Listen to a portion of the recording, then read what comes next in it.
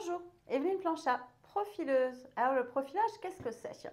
Le profilage, c'est un ensemble de techniques pour apprendre à bien se connaître.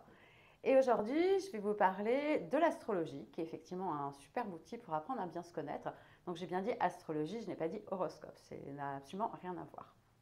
Et aujourd'hui, je vais vous parler de chemin de vie. Donc chemin de vie, à savoir qu'il y a 12 énergies du zodiaque, et il y en a une pour chaque personne qui est surdéveloppée, qui est plus développée que les autres, qui est une énergie qui est en excès. Donc ce qu'on appelle un pilote automatique ou un karma ou un au sud en jargon astrologique. Et donc pour équilibrer cette énergie, c'est l'énergie du signe d'en face, donc qui est donc le nœud sud ou le dharma. Et aujourd'hui, je vais vous parler de l'axe de chemin de vie de Sagittaire vers Gémeaux. Donc qu'est-ce que ça veut dire quand on a un karma de Sagittaire et quand cette énergie de Sagittaire elle est extrêmement développée? Ça veut dire plusieurs choses. Ça veut dire déjà qu'il y a un côté on va être où les normes sociales vont être extrêmement importantes en fait. Il y a des choses qui se font et il y a des choses qui ne se font pas. Donc il va y avoir des grands principes. Il y a aussi un grand appel aussi à la philosophie, à des règles de comment on fait pour bien vivre ensemble.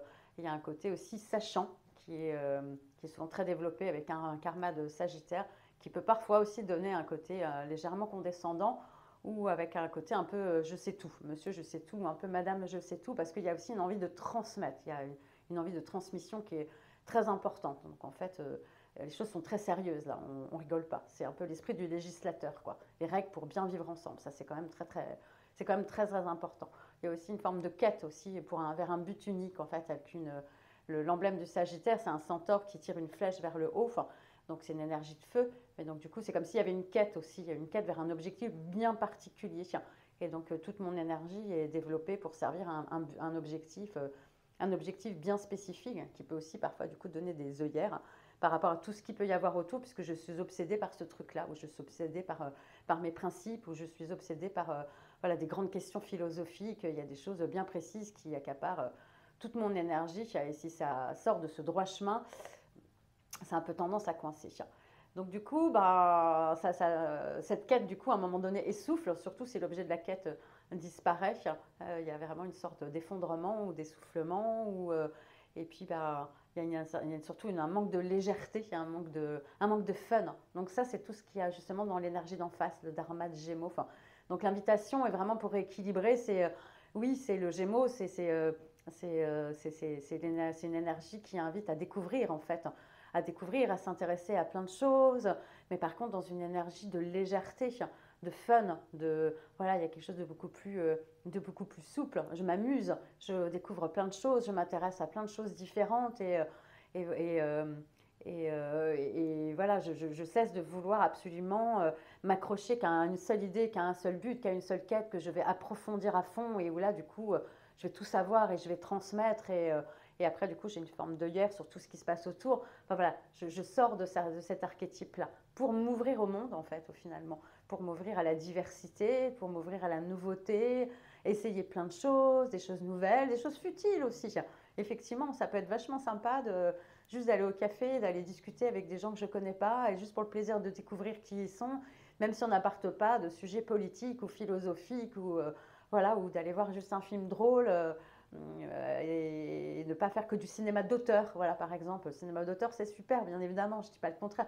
Mais par contre, ouais, les films drôles, c'est sympa, un film léger, c'est sympa, ça peut passer aussi plein de messages, mais sur un ton léger. Voilà, il y a vraiment ça avec le dharma de Gémeaux.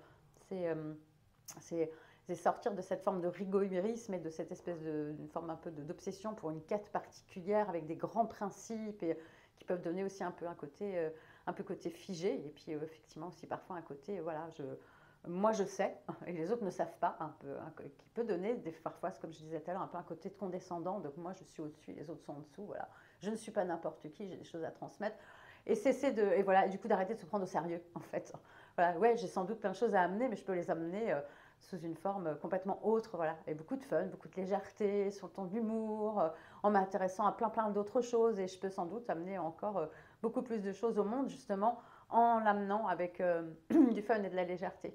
C'est un chemin de vie, du coup, qui permet vraiment aussi la vulgarisation, du coup, parce qu'il y a un intellect qui est vraiment formé, du coup, à apprendre des choses très compliquées, et du coup, ils vont pouvoir vraiment transmettre, là, pour le coup, des choses extrêmement compliquées, des choses très structurées, des choses très sérieuses, Ouais, avec un côté fun, du coup, avec un côté sympa. Voilà, par exemple, j'écris un bouquin. Si j'écris un bouquin, je vais plutôt le faire en BD, par exemple. C'est un exemple, hein, c'est certainement pas prendre au pied de la lettre, hein. Mais il y a quand même quelque chose de cet ordre-là, c'est transmettre d'une autre manière, avec beaucoup plus de légèreté. Voilà, ce sont les grandes lignes de ce chemin de vie. Ça demande bien évidemment à être précisé, hein, parce que ça se passe forcément dans un domaine particulier avec des enjeux spécifiques. Mais j'avais quand même envie de vous transmettre les grandes lignes.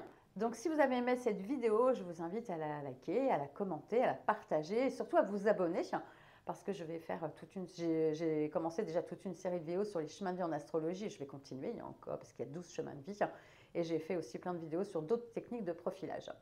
Si vous avez envie d'en savoir plus sur votre thème natal, je vais laisser un questionnaire à la fin de cette vidéo. Si vous répondez à ce questionnaire, ça vous donne la possibilité d'avoir 30 minutes d'entretien gratuit avec moi. Donc je pourrais voir comme ça de quelle manière je peux vous aider, que ce soit par le biais du thème natal, l'astrologie, ou avec d'autres outils de profilage. Voilà, je vous souhaite une bonne journée. Au revoir.